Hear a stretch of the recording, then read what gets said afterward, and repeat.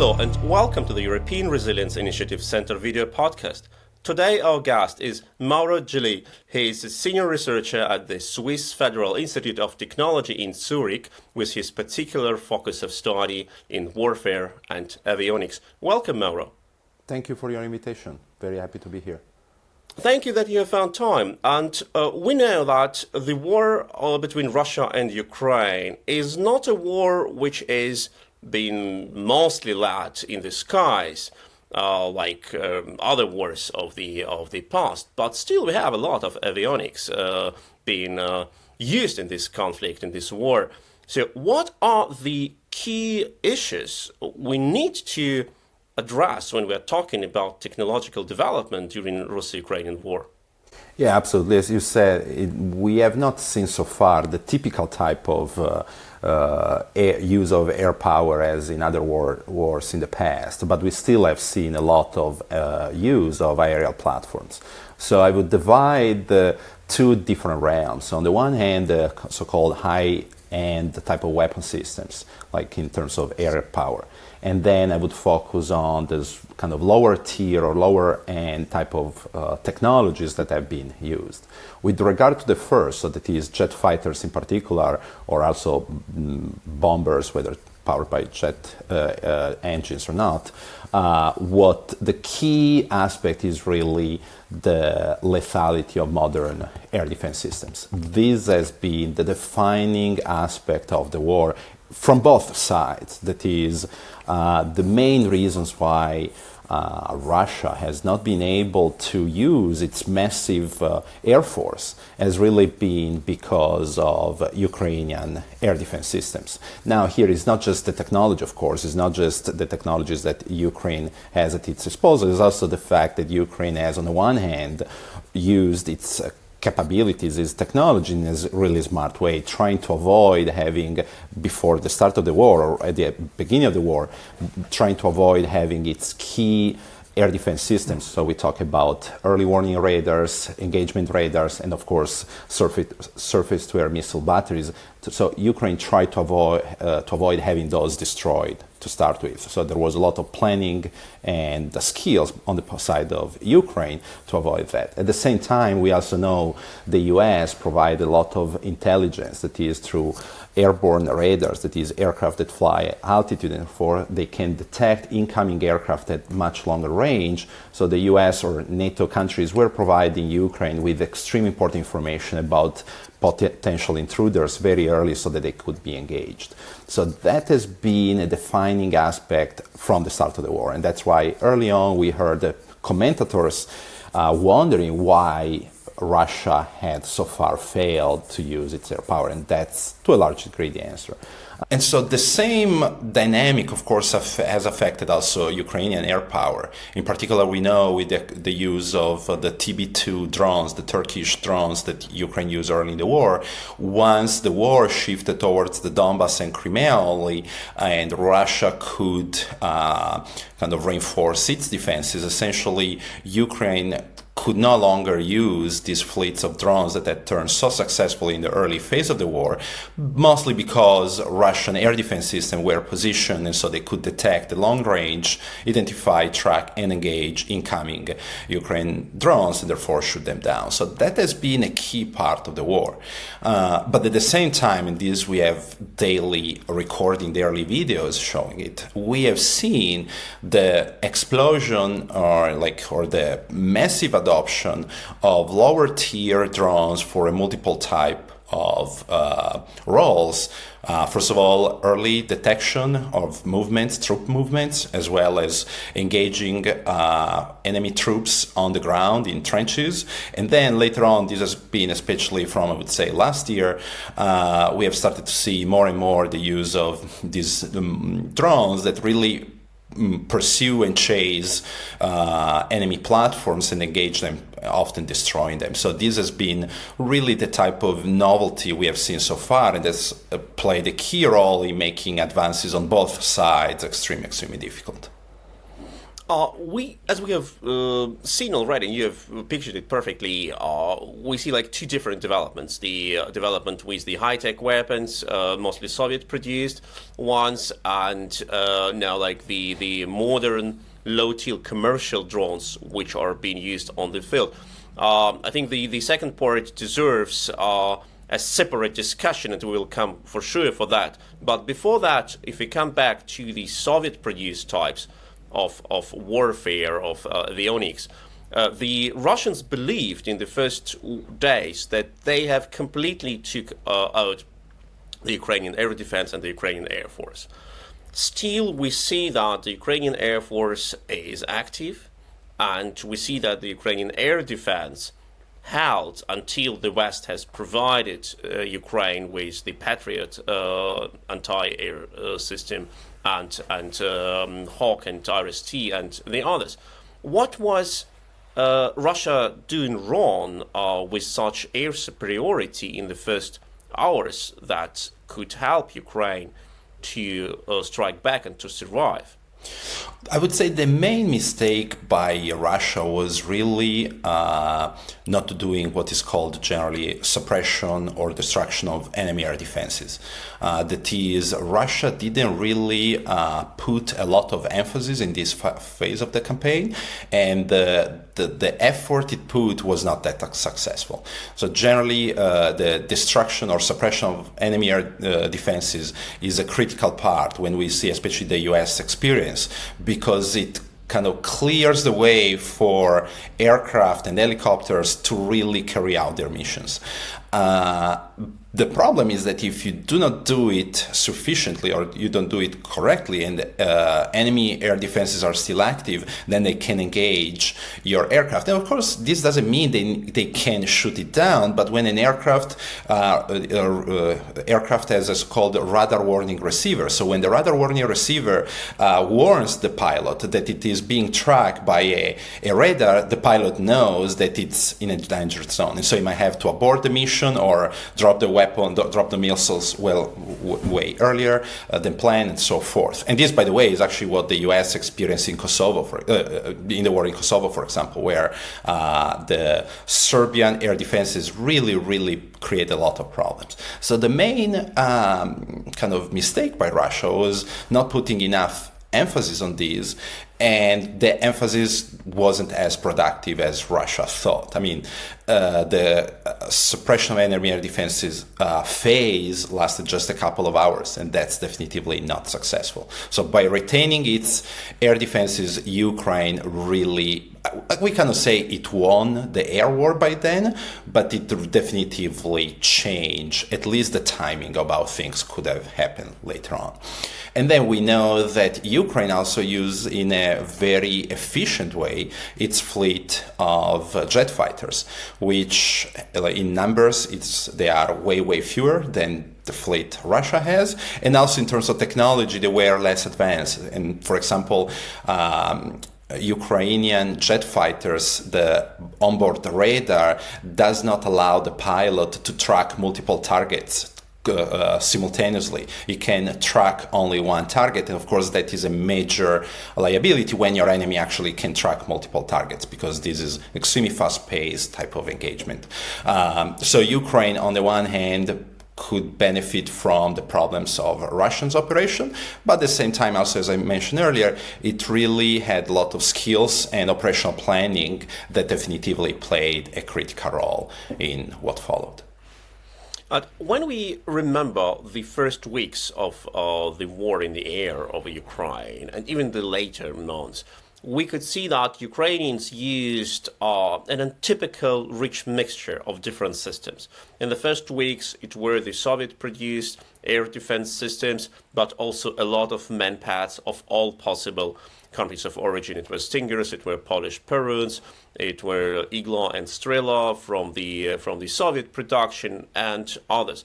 And now there are even more systems like Patriot, RST, and others. The mobile teams, which were hunting, especially in the first weeks, the cruise missiles. Now the mobile automatic cannon teams, which are hunting the drones. what does it say about the technological development of the war? Is it a sign of strength, so such a different approach to the air defense, or is it a sign of weakness or creativity, which has been caused by deficit of the necessary means? That's a very good and difficult question in the sense that there are possibly multiple answers, and I don't know whether I can think of all of them.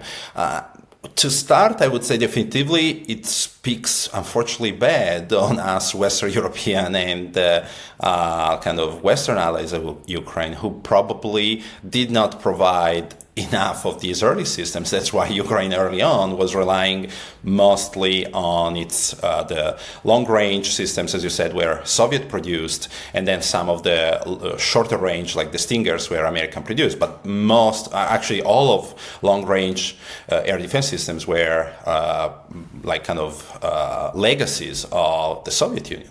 Maybe they've been refurbished and updated, but still those were the technology. So that is the first thing I can think of. The second is also in part the change of the context. That is, early on we were seeing, because Russia didn't have air superiority, its helicopters and jet fighters penetrating Ukrainian airspace were flying at very low altitude. And the reason being that in this way you defeat long-range engagement systems like the S-300 Buk and so forth. But of course, you put yourself at risk of other systems like anti-air artillery, and in some contexts also potentially Stingers or the like. So that's why in that phase, these systems played a much bigger role. Now, of course, the situation is completely changed. So Ukraine doesn't have this type of incursion, or not as often incursion at very low altitude. And the third is the kind of, at the end of the day, when Western countries really realized that Ukraine was not falling and that Ukraine needed support, they provided pretty much what they could. And I think it speaks good. It was too late, in my opinion, but it's good that Western countries came to this support. And it's also good that it seems from the data we have, of course, data is impartial, is not partial. We do not have any objective assessment. So that's an important caveat to keep in mind. But we know that Ukrainian armed forces learn fairly quickly how to operate this very broad range of systems. So that speaks loud about how quickly Ukrainian armed forces could learn and adapt using these systems. That, just to speak, they might have instructions not in a different alphabet, not in Cyrillic, but in Latin alphabet. So, these are all problems that you really encounter. But when you already mentioned this transfer of Western technology to Ukraine, we know that Ukrainians had to produce some sort of strange hybrids of Soviet-produced and Western-produced weapons, for example, uniting the anti-radiation arms missiles with the MiG-29 launch systems, or Storm Shadow with Sukhoi bombers. How much of success can we observe here, and what limitations does it bring? Yeah, another very good and difficult question. Some people have referred to some Frankenstein type of approach. Of course, this type of approach vary from area to area. So it's one thing when, for example, you use a radar, an American radar, and a Soviet-produced surface-to-air missile battery. The problem there, it's mostly in the communication between the two systems, so that they speak the same language. That is, the different operators receive the accurate information. They can transform it in a operational data they can use. In other contexts, like the one you just mentioned, the short missiles, the HARM missiles, anti-radiation missiles, and so forth, the problem it becomes more an engineering problem. So you really need to integrate the missile so that it works in different platforms. And that's way, way more difficult. Why? Because the missile might change the center of gravity of the aircraft. And if it changes the center of gravity, then the aircraft might not have stability maintained during flight. Or the control software might not be useful for the type of system. So here the challenge is significantly higher. Again, the information we have is limited. From what we do know, it seems it worked decently well. Now, this is something that historians, maybe in 10, 50 years, I don't know, they will be able to have the internal memos of the Ukrainian armed forces and will be able to make a definitive assessment. But from the information we have got, it seems that it was at least not a failure. That's something we can say. And apparently they were also generally successful. But when we look at this war, we see that the time range of the production year and development year of the systems being used for the war in the air varies by decades. The Russians launched their cruise missiles from Tupolev 95 bombers, which were designed in early 50s. And some Russian cruise missiles have been designed in 60s, like Ha-22. And in contrary, we see the air defense missiles like Iris-T, which are absolutely most modern air defense designs, or the modern missiles being used in Patriot systems. What does this competition on the battlefield tell us about the development of the avionics and new technologies for the war in the skies? Yeah, another great question. There are probably many lessons. I would not be able to list them all here. I would say definitively technology matters in air warfare. And this is a very, very important lesson, a reminder. In the early 2000s, especially with the emphasis on the war on terror and the commitments by the US and Western countries in Afghanistan and Iraq, towards counterinsurgency, a lot of people started to downplay the role of the technology plays in war and emphasizing that there are other aspects, that is skills, training, morale, and these factors are absolutely central. But in air warfare, things are very different from land warfare, and specifically land warfare against insurgents. That is, as I was saying earlier, if you have a jet fighter that can track only one enemy aircraft at one time, while your enemy can track 7 or 10, you are at a significant disadvantage. And that's why some people have been urging for providing Ukraine with more modern jet fighters. That's not the only reason, but one of the reasons. Same reason, if you have radars with not updated anti-jamming systems, that is, if your enemy can blind your radars very, very easily, then it means that your radar cannot detect incoming aircraft and therefore you're in troubles.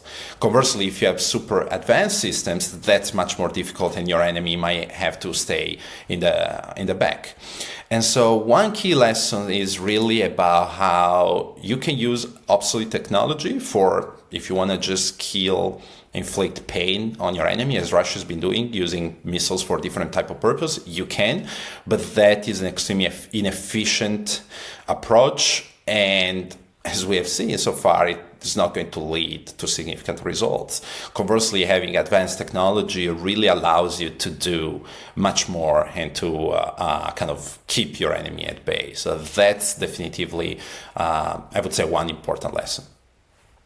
Where do we see the most interesting areas of development of avionic technology based on the experience from this war? Very difficult again. So there are probably a couple. I would say the capacity of Patriots to intercept the Kinshal missile, so air-launched ballistic missiles that is apparently maneuverable hypersonic missiles. This claim has been disputed by different sources, but it's an extremely advanced Russian-produced air-launched ballistic missiles. I would say that definitively is one of the most important developments of the war. And it's important because when we think about the debates about missile defense from the 90s and 2000s, that is, a lot of people, completely rightly, so I'm not criticizing it, but a lot of people back then were raising questions about missile defense, saying that intercepting a missile with a missile, a ballistic missile, is like intercepting a bullet with a bullet. So they're saying this is an extremely difficult task to accomplish. The reason being the speed of ballistic missiles, that they can reach hypersonic speed. That Patriots did it, and that it did it multiple times. And now we know from the case of Yemen, where Houthis have shot some ballistic missiles and they have been intercepted there as well. So we have further confirmation about this. This is definitively something extremely remarkable.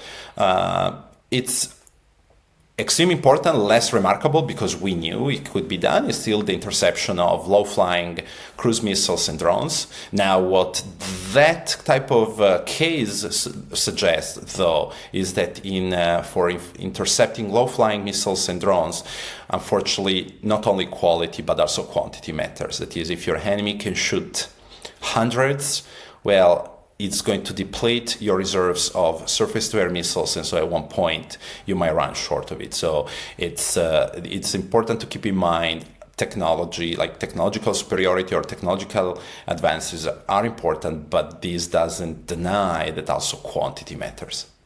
But that brings us back to the question, what kind of old technologies can be used on the battlefield? And we know that for decades, in many armies of the world, including the German Bundeswehr, the idea was dominant that anti-air automatic guns are outdated, and Germany decided to abandon its fleet of Gepard anti-air systems, which use only 2 automatic anti-air guns, and invested in anti-air missiles.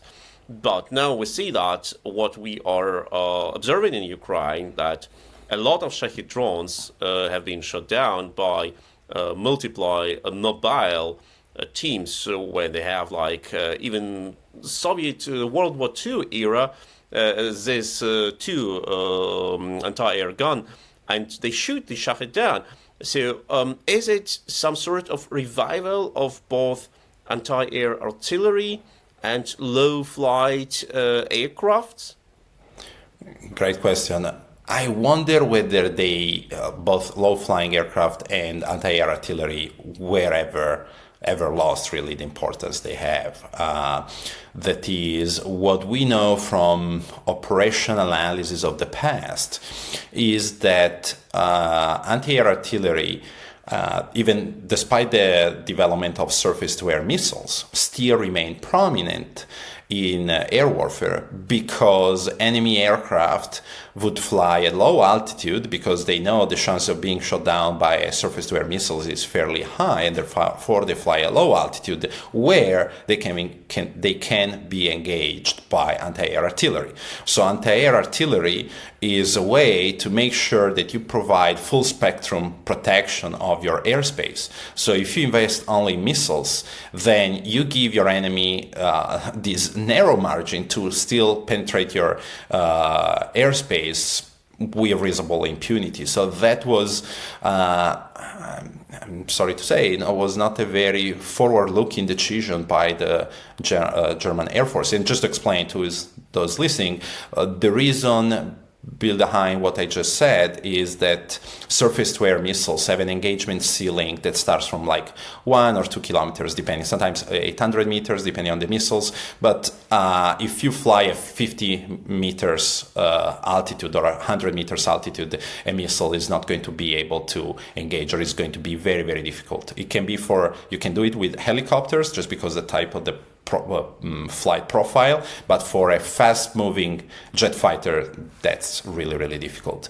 So yeah, the decommissioning anti-air artillery was definitively a curious choice, because there is a metaphor in English saying flying below the radar, and this metaphor really refers to the fact that flying at low altitude is still an effective way to counter enemy ground-based air defenses. Well, actually, every type of the armed forces experienced such fascination by the missiles. We can remember how in the 60s the interceptors jets were produced without guns, like MiG-17, MiG-15, if I'm not mistaken. And then the Soviets tried to produce the missile tanks, removing the gun and installing the cartridge of anti-tank missiles, etc. So now we had like this in the air defense, and it didn't went well. But if we continue to talk about the development of new technologies and testing new ways of making your enemies suffer, you have already mentioned the absolutely new field in this war, the drones. And there is no war in the history of the mankind where the drones have been used so intensively and with such massive losses on the enemy. And the drones of quite different type and quality and sizes. What have we learned from this development? You can have drones on the platoon level and up to drones which hit enemy strategic airfields hundreds of kilometers from the front line. Yeah, absolutely. There have been so many developments. We will, and I will not be able to talk about all of them. I would say the first role that to me was super interesting to capture is really how the type of drones that over the past 20 years became the drone by excellence, the Reaper type and the Turkish TB2 drone that is MALE, which stands for medium altitude long endurance drones. So these drones that for a long time were described as a new offensive weapon because of the fact they were carrying out these precision strikes in Afghanistan, Iraq, Yemen, and so forth. Actually, in Ukraine, they turn out to be an extremely effective defensive platform for detecting incoming columns of Russian armored vehicles and engaging them.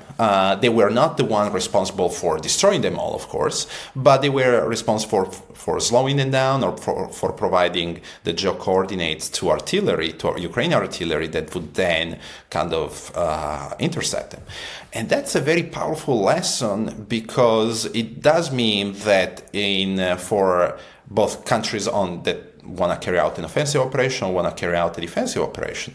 For offensive operation means you really need to have air coverage. You cannot advance without air coverage, otherwise you are at risk of being just detected very easily by enemy forces.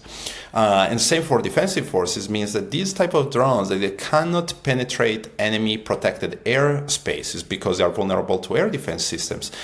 They can still prove extremely useful for defensive purposes. The second reason is really, the second kind of factor is really how the kind of off-the-shelf commercial drones have been used first, mostly again for detection or like to really identify specific position of trenches. This is what we started seeing early when the war became centralized around two fronts, that we would start seeing these massive use of drones for detection and for dropping grenades. And that has really made close combat extremely deadly. So in this sense, these type of small drones are an evolution with respect to both suicide terrorism on one end and EIDs, improvised explosive devices in contexts like Iraq and Afghanistan. That is, we have now a mobile and precision targeted system that is also fairly cheap, and it doesn't need to kill hundreds of people, but it can not only kill enemy people, but also create massive exhaustion because the enemy forces are never going to feel safe. They know that at any time they can be stricken, and that, of course, creates exhaustion. And when you are in the front lines, that's a big problem. And of course, the last development, which we already mentioned before, these new type of drones that are used as precision missiles, essentially, that with in comparison to missiles, though, they can loiter and really identify the best angle to strike, for example, enemy tanks. So in this way, they minimize one of the key liability of some anti-tank missiles, for example, that some tanks are more vulnerable from some sides and from the others.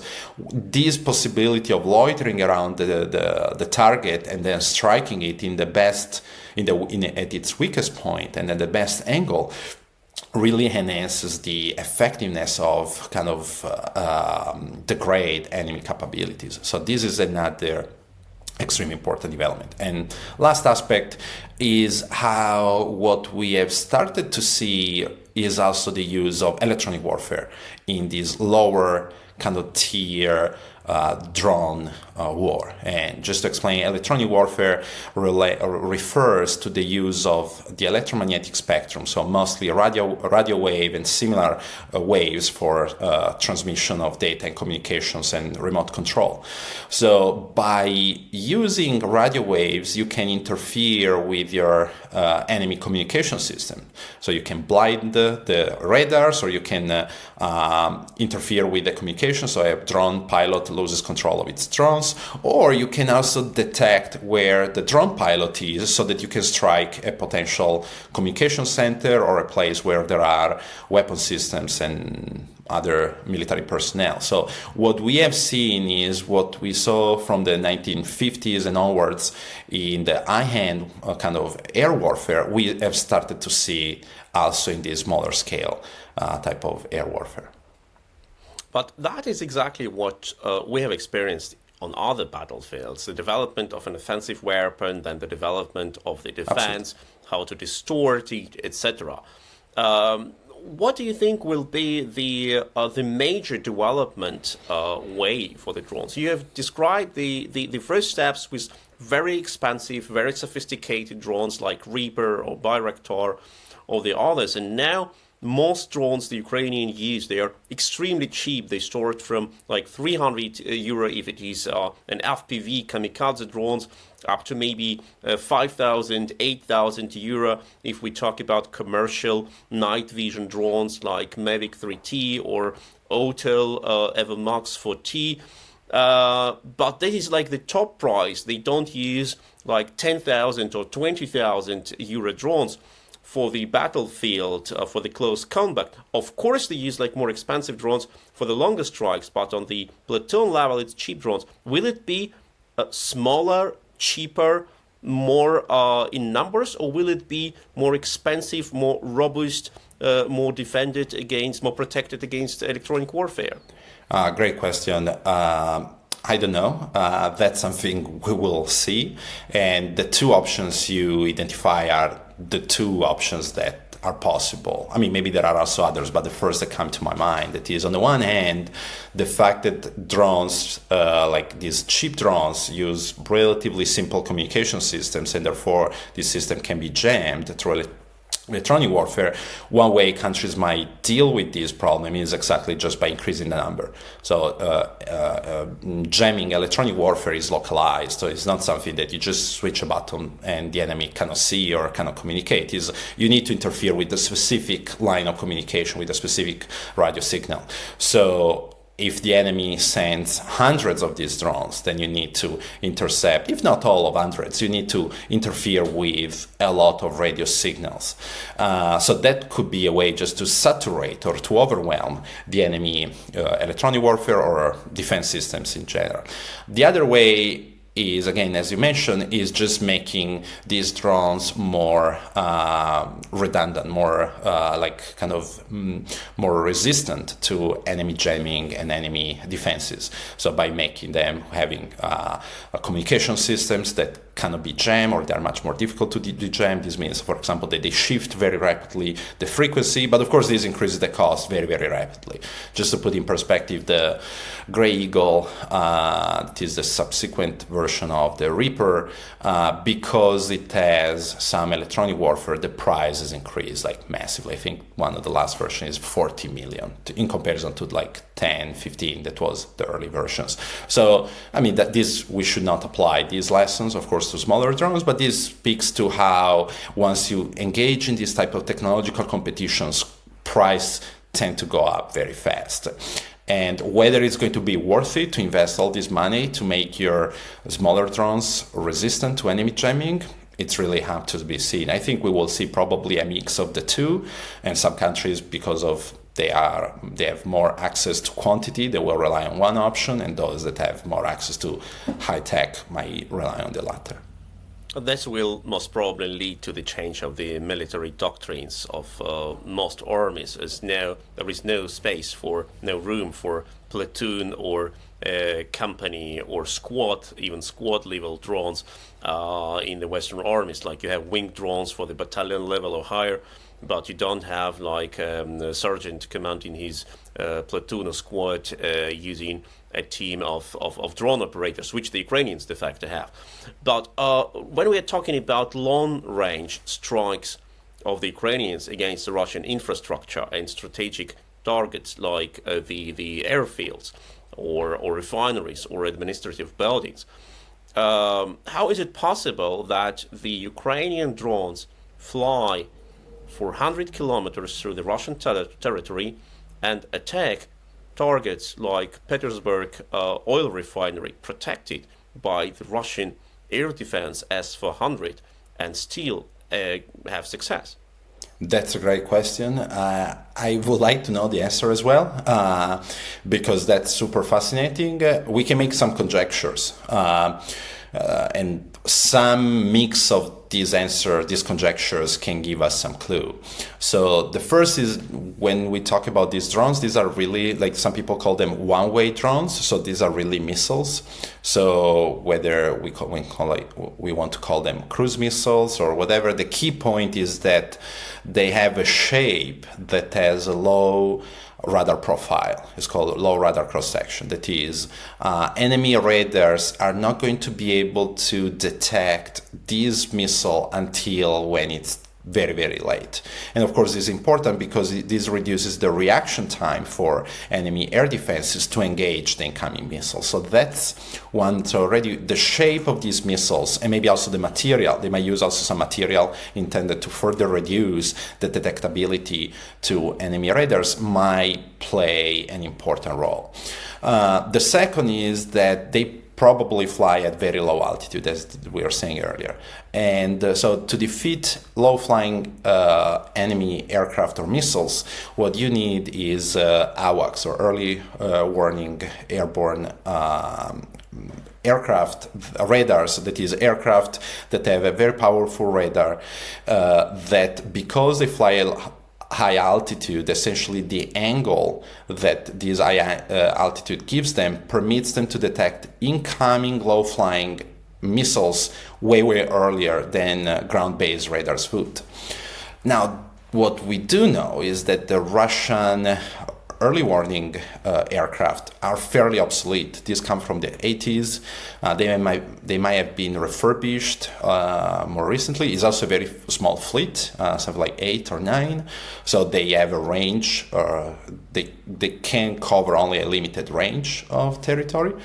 So this means that Russia might not have that many effective systems to monitor its borders 24/7.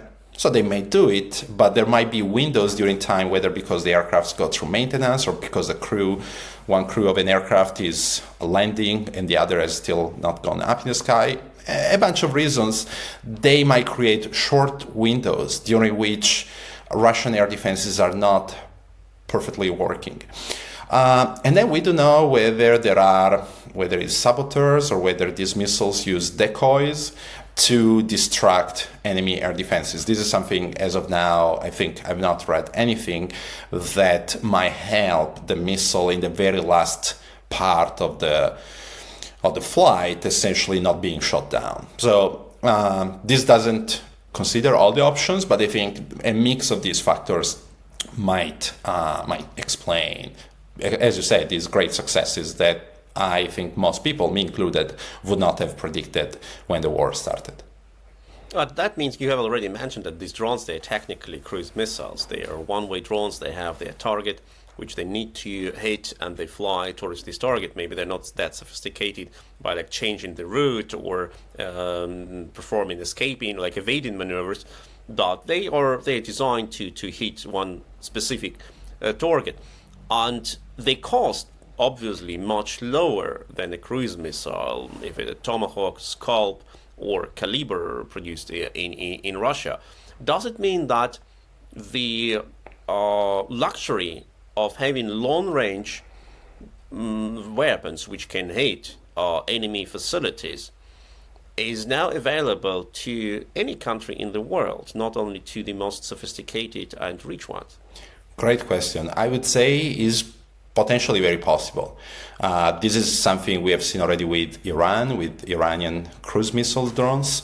We know that Iran has been able, despite not having access to a lot of technology and all the problems Iran has, it has been able to develop a lot of missiles. In 2019, September 2019, Iran struck some oil facilities in Saudi Arabia, and that was kind of, we already knew back then, but that display of capabilities was very informative exactly for this reason. So I would not necessarily draw immediate universal lessons from Iran and Ukraine, but definitively what you mentioned is a very strong possibility. But is it possible to protect the sky of the modern countries? We know that even with the saturation of air defense in Ukraine, there are huge areas in Ukraine which are not effectively being covered by the modern air defense systems.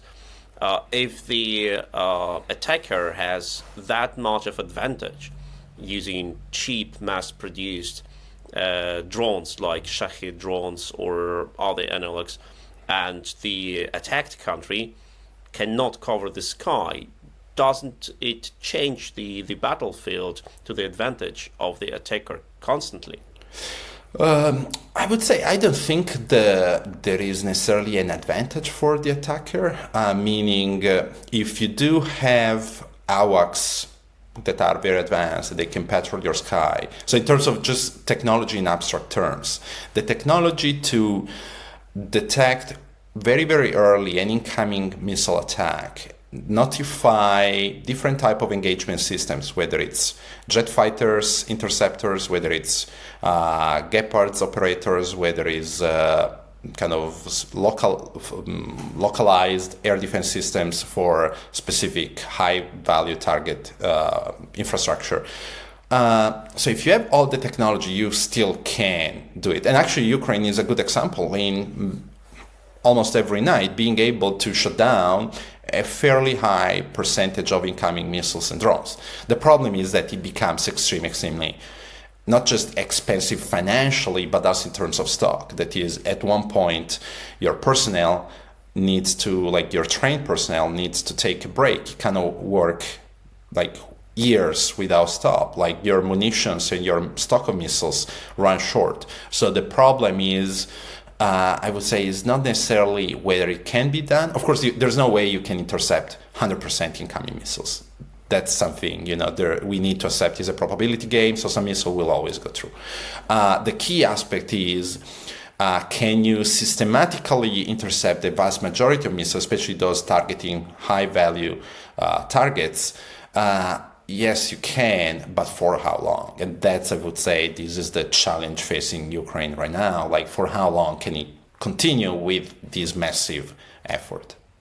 Exactly, and as we know that the stocks of the anti-air missiles are getting depleted faster that the new missiles get produced, Ukraine is playing like running against the time.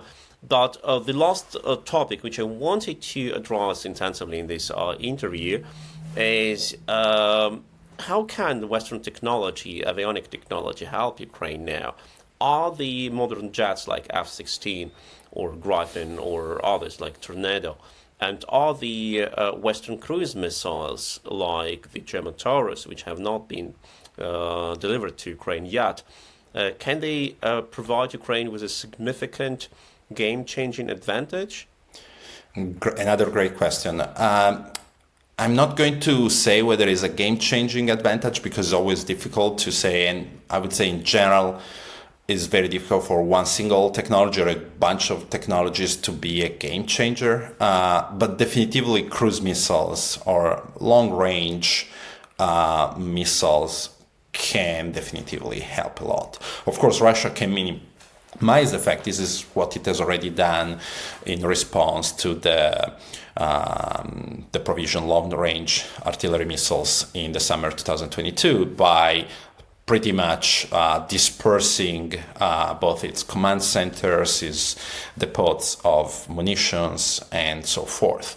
But with long-range missiles, you can start to target more of these key critical facilities that Russia uses. So that's definitively, and that's why a lot of people, in my view, more than understandably, have been pushing for example, the Taurus. Like, this is a key way to degrade the capabilities of Russia.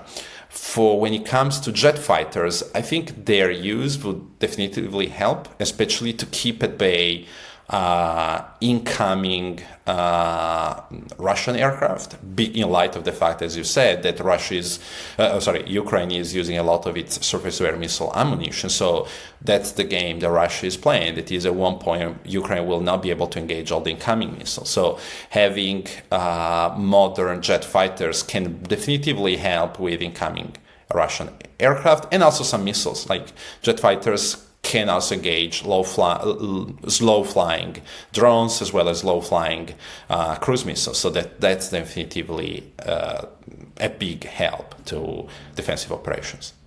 How much difference of technology is between the Western cruise missiles versus Russian air defense, and Western jets versus Russian jets and Russian air defense? We know that the Western air defense works perfectly on the Russian missiles, but obviously the Russian air defense doesn't work successfully against the Western Scalps and Storm Shaders. What about the jets?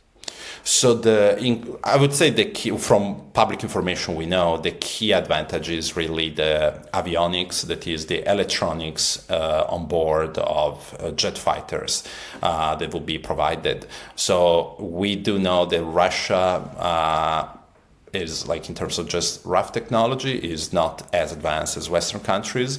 And so if you are a pilot, like earlier I was saying, the comparison between Ukrainian and Russian jet fighters. So if you have the capacity to detect an enemy at way longer range than you can, and if the screen of your enemy radar is going to all of a sudden turn blank because you can't blind it, or if you can track not just 10 enemy aircraft, but you can through an AWACS, you can track like 50 or 100. You have a perfect picture of what's going on in the sky, and you can provide this information in real time to different jet fighters who then proceed to engage separately the different intruders.